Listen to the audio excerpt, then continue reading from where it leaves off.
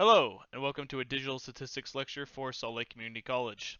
In this video, we're going to be talking about section 8.1 for Math 1040, that being the distribution of the sample mean. Up to this point in chapter 7, we were talking about how to deal with normal distributions and how to calculate the probability of a continuous random variable. However, those are for relatively basic situations because if you notice in all of those problems, what we were always given was mu and sigma, that being the population mean, so mu, and the standard deviation mean, or the population standard deviation, sigma. Now, the problem with that is if we already know those two values of the population, then why are we really doing too much with probability? And it's not exactly too realistic when we're really trying to estimate something about the population. We very seldom will actually have values already for the population. So what we're typically going to actually work with is what we call sampling distributions. That being, sampling distribution of a statistic is a probability distribution for all possible values of a statistic computed for a sample size of n. So what that means is that what we're going to do is calculate various values about a sample, which we call statistics, of a very specific size. So say I have a sample of 20 people and I calculate their height. Now what I'm going to do is repeat that process. So I calculate the height for 20 people and I find the mean of that height. So that would be a statistic I'd gather for that sample. I would do that again for another group of 20 people and find the average of their heights. And then again for another 20 people and find the average of their heights. If I put all that together, what I should be able to do is create a distribution on those sample means I found. And I should be able to try to estimate what the population mean might be. Now, the first type of sampling distribution we'll work with is on the sample mean, like the example I just gave, where we're going to find sample means, or x bars, from sample sizes of size n. And what that should create is a distribution that's centered around the original population mean of mu. This three-step process is outlined below here. Step 1, obtain a random sample of size n, and then compute that sample mean. And then you do that again. You repeat steps 1 and 2. You keep taking another sample of size n and find that sample mean. And do that again. Find another sample of size n and find that sample mean. Once you have done that enough times and you have a lot of these sample means to do, you can put those two together or put all of them together into a sampling distribution. An example of that is right here, where we have consider the IQ scores from a standardized test that are normally distributed with a mean of 100 and a standard deviation of 10. So that means the 100, that's mu, and the standard deviation of 10, that is sigma. So those are the scores we got from the population. And that distribution is labeled here, so mean of 100, and it spreads by 10 up and down. Now, that's what the population would look like. However, again, it'd be very hard for us to actually have that. What we're typically going to do is find a sample and try to estimate what that population mean might be from these samples. For example, imagine we take a random sample of size n scores from the population and we calculate the mean. So that's what this first row is here, sample 1. We have the scores 90, 74, 95, 88, 91, 91, 102, 91, and 96. That coming out to a full mean of 90.9. I would do that again for another sample of the same size, and I get a mean of 96.2. And then again, for another sample of the same size, I get a mean of 94.3. And then again, mean of 101.3. And I keep doing that over and over and over again. And these sample means I find, I'm going to put together and create a distribution on that. That is what is shown on the next page. It only had 11 in that printout there, but we're going to assume that we did that for another 100 times. So we took 100 of those samples. Remember that the samples are of size 9. And we calculate each mean from each of those. When we do that, we come out with an output like this kind of distribution. Notice that it is centered here at 100. So the distribution itself centers around 100, even though some of those samples we find may be a lot lower than 100 or a lot higher than 100. Those sample means may be a little bit off from what we expect. However, on average, I should get closer and closer and create a distribution that should be centered at that overall population mean of 100. So that's what this is saying. It's normally distributed, so it's a bell-shaped curve with a mean that's located at the population mean. And also, the standard deviation is less than sigma. Remember that sigma was given to us as a value of 10. Here we have our sample standard deviation given to us in the printout as 5.034, a far smaller sample standard deviation. The mean hasn't changed. The mean is still 100, but the sample standard deviation being smaller than the population standard deviation implies that the distribution doesn't spread as far. It only spreads by 5 every time I move over by a standard deviation instead of by 10.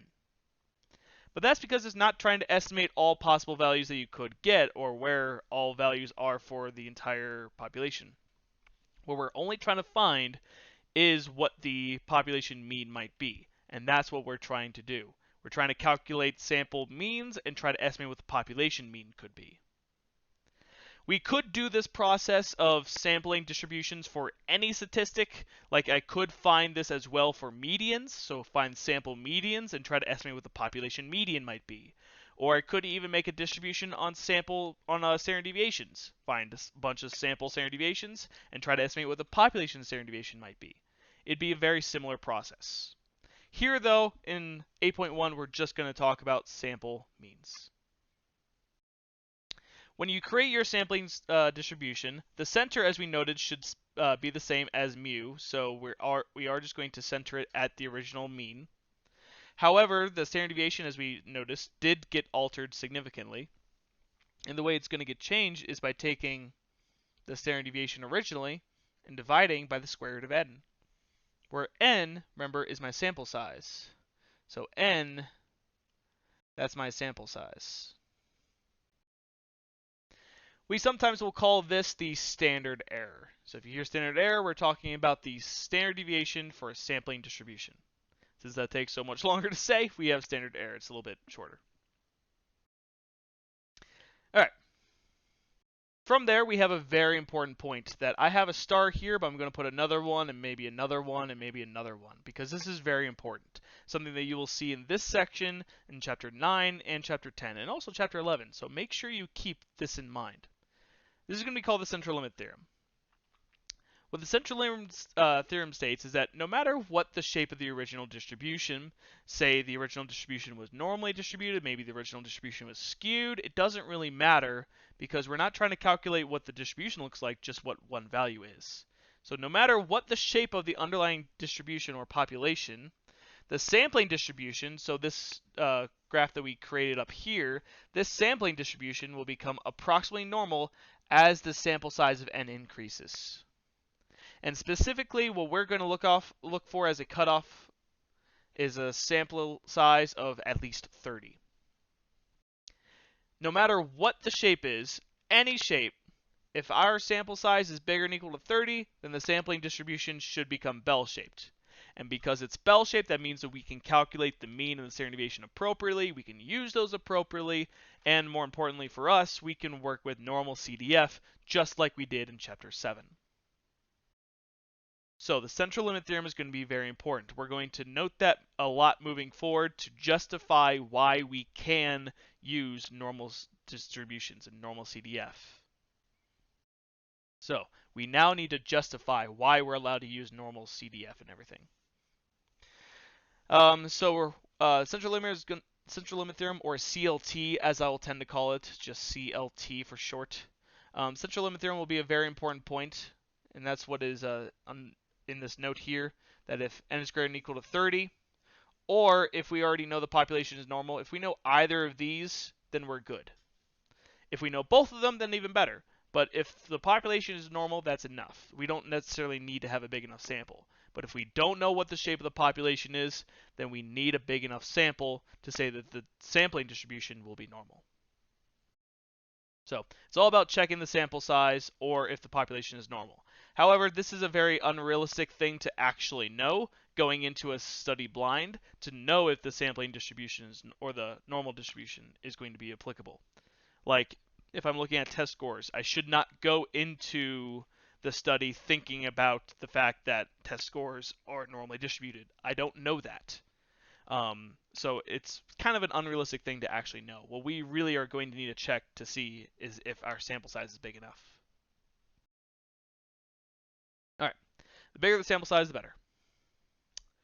What we have on the next 2 pages are a couple examples of these. I'm going to work through page 3 here, and then I'm going to ask you to pause and then try to do page 4 on your own. All right, the number of cars arriving per hour at Burger King's drive-thru is normally distributed.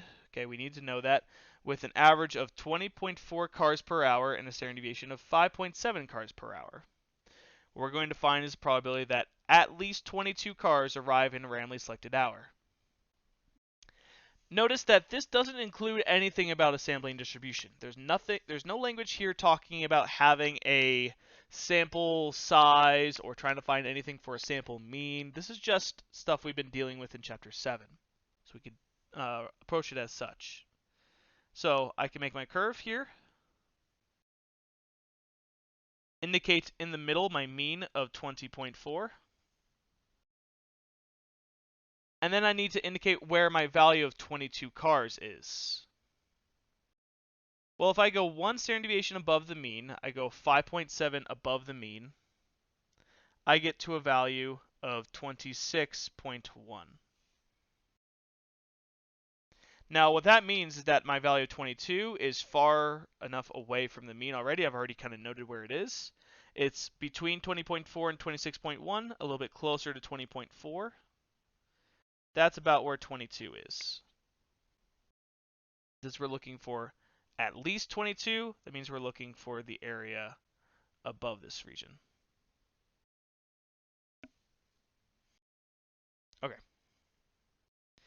So with that in mind, we can calculate this like we had before using our function normal CDF. In this case, we know we can use normal CDF because it said it was normally distributed, so we're good. We have a lower bound in this case of 22, an upper bound of infinity, a mean of 20.4 as provided, and a standard deviation of 5.7. Okay, and we can run through that. So hit second vars to get into the distribution section. Sorry, second vars. You should see normal CDF right there. All right. Now, as I plug these in, we should be able to note based on the image, this is between 1 and 2 or 0 and 1 standard deviations away from the mean. So we should have an expectation of what kind of value I can expect using the empirical rule. If I go 1 standard deviation away from the mean, the tail up there should represent about 16% of the data. However, we're not nearly that far, so I'm expecting more than 16% and somewhere between 50% and 16. 50 because it is above the mean, and any area above the mean, if I go from the mean and above, that should represent 50% of the data. So I'm expecting somewhere between 50 and 16%. So we paste that, and we get an area of 38.95%, approximately. That fits our expectations. That is between 16 and 50%, so everything seems good there. We would interpret this kind of like what we did in chapter 5 by comparing it to 100, saying if I did this 100 times, or in this case, if 100 random sample time periods were obtained, we would expect about, based on this percentage, we'd expect about 39 of them to have at least 22 cars. So if I were to do it 100 times, I'd expect that amount of them to have this quality. So if I did this with 100 sample time periods, I'd expect 39 of them to have the quality of at least 22 cars. That just coming from the problem itself. We were looking for at least 22 cars. All right, so that's a little bit of a review of chapter 7. However, we wanted to do that so we can have a direct comparison to what we're about to do right here. Suppose a sample of 42 hour time periods is taken. Describe the sampling distribution of x bar. So now what we have is a sample size to work with. Now what we're going to find are sample means instead of just trying to take the original population, find the likelihood of something happening. That sample size is not going to influence the mean at all. The mean is still going to stay the same as 20.4, if you recall from the previous page. The mean is just going to be the same. However, the sample size is going to influence the spread. And the spread will change from 5.7 and will be cut down, will be divided by the square root of the sample size by 42. If we find what that is in the calculator over here, we do 5.7 divided by the square root of 42, and we get 0.8796 approximately.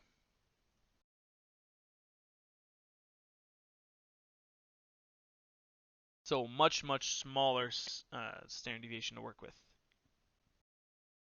Furthermore, it doesn't ask us here, but we should also check the shape of this, because if it is not normal, then we can't do our typical processes. However, we know that 42, that's bigger than or equal to the condition of 30 for our sample size, so it is going to be normal. That's good for us. Or we could also say that's because in the beginning, it said that we had a normally distributed population. Or again, that's not always going to happen, so always make sure your sample size is good enough.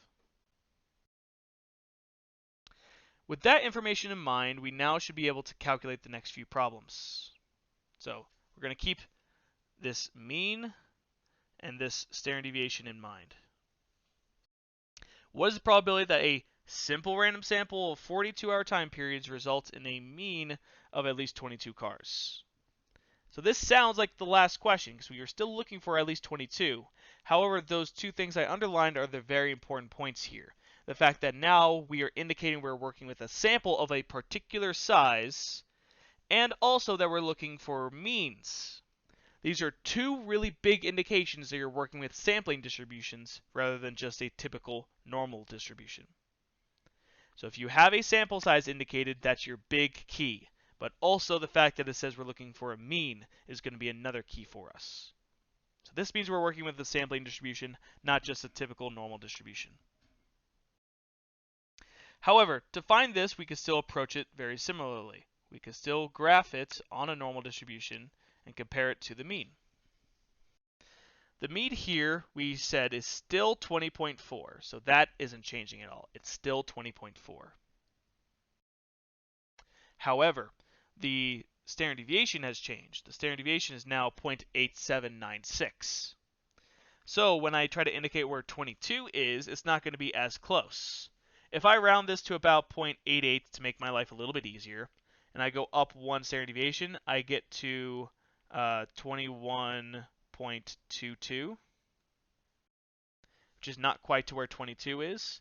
And if I go one more standard deviation, I get to 22.10. What that means is that 22 now on a sampling distribution is not just a little bit away from the mean, it's now almost 2 standard deviations away from the mean, which is far different than what it once was in the previous problem. So if you compare to our previous graph, 22 was really close, whereas now 22 is a lot further away. That's because we're not exactly asking the same question anymore. We're not really asking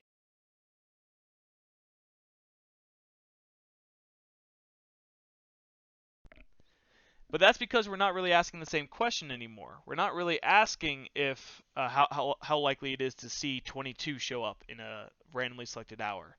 We're asking how likely it is to see a mean of 22 from a sample size of 42 hours. So a lot different.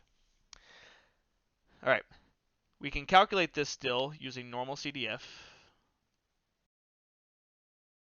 because we did indicate that the shape is normal, so we still should be able to use this. Our lower bound is still 22, our upper bound is still infinity, and our mean is still 20.4. All that is the same. The only difference now is that our standard deviation is 0.8796. So we have a different standard deviation now. If I run that, again going to second vars, then going to 2, all we should need to change is my samples, or my standard deviation of 0.8796. Change it to be the calculated standard error. That gives us a probability of about 3.45%. Notice how much different that was from the previous question where we had about 38%. So far different than before.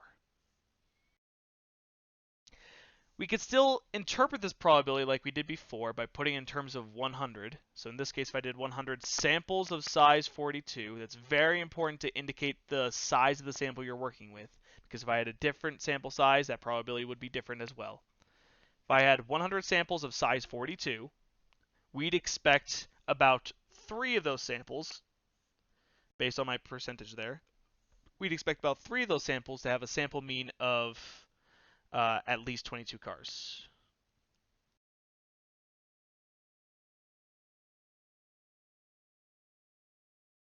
All right. Furthermore, because that percentage is also less than 5%, we can answer this by saying, would it be unusual to get a sample mean of above 22 cars per hour with a sample size of 42? Yes. That would be considered unusual because 3.45% is less than 5%. All right. So that's an example of working with a sampling distribution. You can also work with our other function as we're going to illustrate here. There's a 20% chance that the mean will exceed 22 or will exceed some amount of cars. Well, if I try to draw that, we're trying to say 20% chance that it exceeds something. So that means we're looking probably for a value over here such that the area above it corresponds to 20%. And we have the mean of 20.4. Now, what we did before was work with inverse norm in order to find this, and we could still do that here. However, note that this is saying there's a 20% chance that the mean will exceed some amount of cars. That indicates that we're working with a sampling distribution, not just a normal distribution. So that's going to be our key to find this unknown boundary. To do that, we have our function inverse norm located in the same place as normal CDF. And we already indicated earlier that it is normal, so we should be able to use this just fine. However, when we indicate what our area is, we do need to be careful of the area that we plug in, because recall for inverse norm, unless you'd have the special case where you can't indicate the direction of the tail, we always need to put in the area to the left of my boundary, which is going to be 80%. So inverse norm 0.80, the mean of 20.4, and standard deviation of 0.8796. Because we're still working with the sampling distribution because we're finding a mean. All right. Now as we plug this in, again, we should have an idea of what kind of number we'd expect from this. So 0.8, 20.4, and 0.8796. We should have an idea of what we can get from this because we know that it is above the mean. And furthermore, that percentage of 20%, that's more than 16%. And 16% would be one standard deviation away. So I'm expecting something that's less than one standard deviation away, and one standard deviation away we earlier indicated was 21.22. So I'm expecting something less than that. We get 21.14.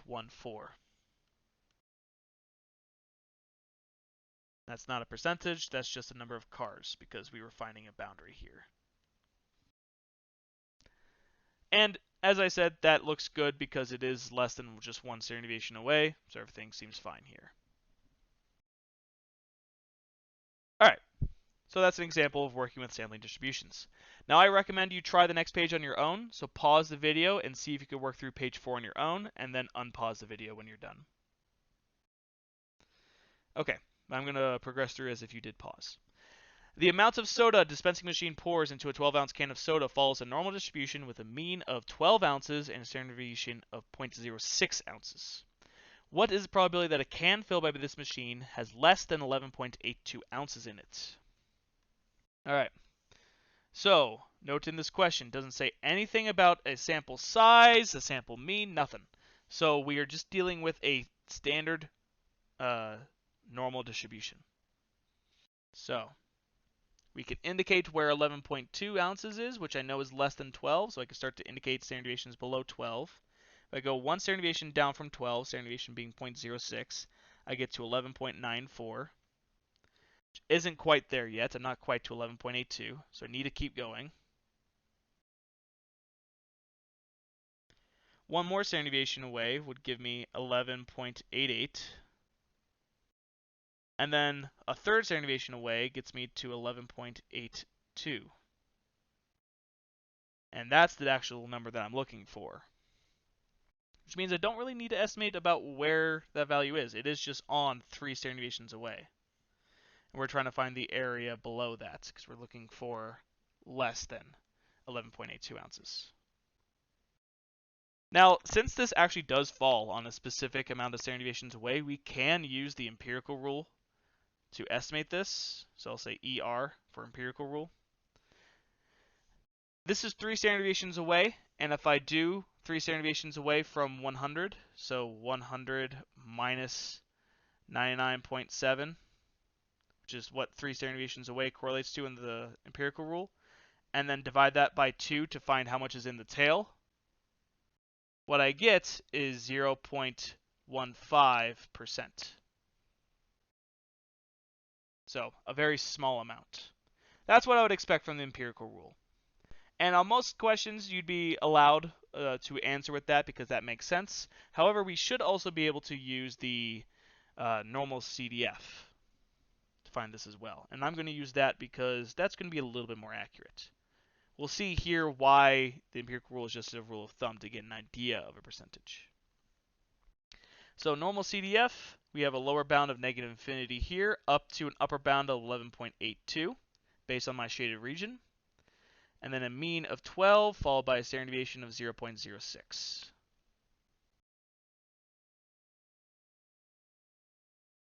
I can plug that in to my calculator here. Whoop, second verse. I can plug that into normal CDF here as negative infinity, so I'm going to type in negative 99999, 11.82, 12, and 0.06. Whoop. The upper bound should be 11.82. Almost had a typo there. Okay. We get a probability of 0.0013. So about 0.13%. That's a little bit more accurate. Notice that it's not too far off from the empirical rule, though. So, all right. So that, again, is a question just like what you would see in Chapter 7. Moving on from that, we have a production manager takes a sample of 36 cans, and for that, we're going to find the sampling distribution. Since we have a sample of 36, then that means we're dealing with the sampling distribution, which is going to alter our standard deviation, but not our mean. Our mean is still going to be 12. Our standard deviation, however, write it better, 12. Our standard deviation, however, is going to be our original standard deviation, 0.06, and we're going to divide that by the square root of our sample size, which is 36. If we do that, what we'll get is a standard error of 0.01. Furthermore, we also know the shape of this. Again, you should also check the shape of it. The shape of this sampling distribution is going to be normal for 2 reasons. It is going to be normal because 36 is greater than or equal to 30, so our sample size is good enough. And also, in the original description, we had that it was a normal distribution for the population. So for a couple reasons, we know the sampling distribution is also going to be normal. We can then calculate this, the probability that a simple random sample of 36 cans, so again it indicates the size of the sample, will result in a sample mean of at least 12.02 ounces. So both of those hints saying that we're dealing with sample proportions, or sample distributions rather. So again, I'll draw my curve. I have a mean in the middle of 12, and 12.02 is above that. But if I go up by my standard error, I just get to 12.01, which is not quite as far as I need. I need to keep going. Another standard deviation away gets me to 12.02. So yet again, I have a value that I'm trying to find that does fall in a specific amount of standard deviations away. We're trying to find the area above this. All right. So based on all that, we should be able to find our area there using normal CDF. If you want, you can use the empirical rule yet again. The empirical rule should say that this is about 2.5%, but we'll use normal CDF to be a little bit more accurate. So 12.02 followed by an upper bound of infinity, followed by a mean of 12. And remember to put in the correct standard error, the one we just found of 0.01. So don't use the original standard deviation, use the standard error. All right. So we have 12. For my lower bound 12.02. We have a proxy for infinity for my upper bound, 12 and 0.01. Based on the empirical rule, we should be expecting something around 2.5%, and we do get 2.28% about? Yeah. 2.28%.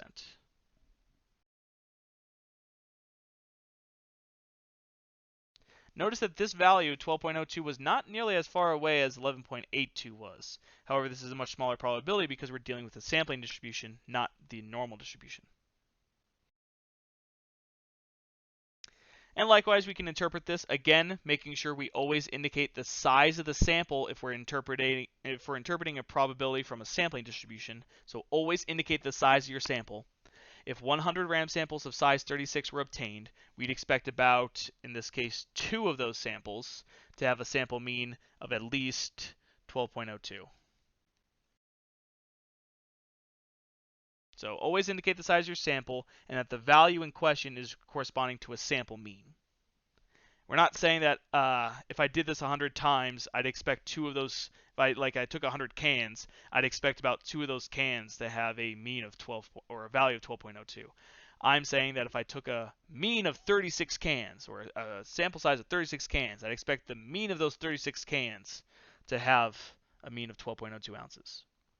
Which, yes, this would be unusual because 2.28% is less than 5%.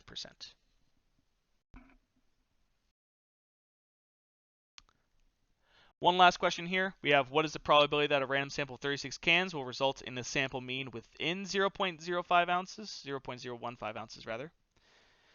That sounds a little bit weird. In this case, we don't have a percentage to work with, but we do have the mean of 12 still, and we know that we're dealing with the sampling distribution because we still have the sample mean of 36 cans.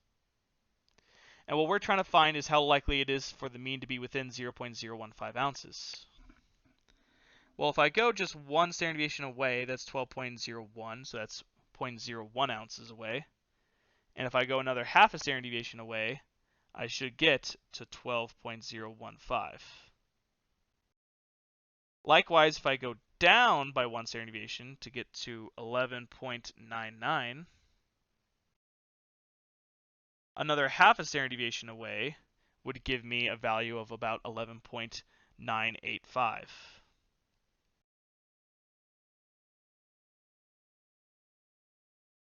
985. Okay. And what we're trying to find is how likely it is that it will be within that range. So in this area here.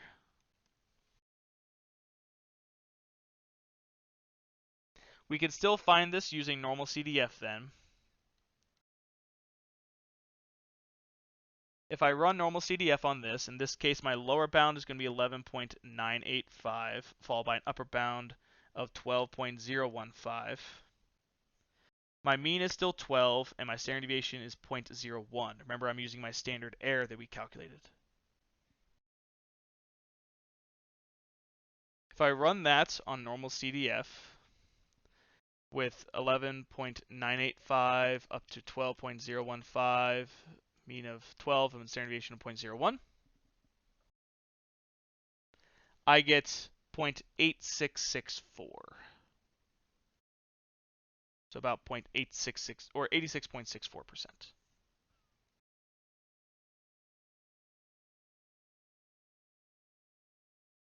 Now, this makes sense because these values are more than one standard deviation away, as we indicated. One standard deviation away would be 68%. They're not quite two standard deviations away, which would be 95, so this value being between 68 and 95% seems to make logical sense. All right, with that said, that's everything for 8.1. Now remember that you can do this for other statistics you can calculate for samples. You could do this on medians if you wanted to. You could do it on standard deviations if you wanted to. Or as we're going to show in 8.2, what we could do with proportions. But that's everything for 8.1. I recommend going through and checking through the homework, trying to see if you can complete the homework for 8.1 now. And then when you're done, come back and watch the lecture for 8.2. I hope this helped, and I hope you have a good day.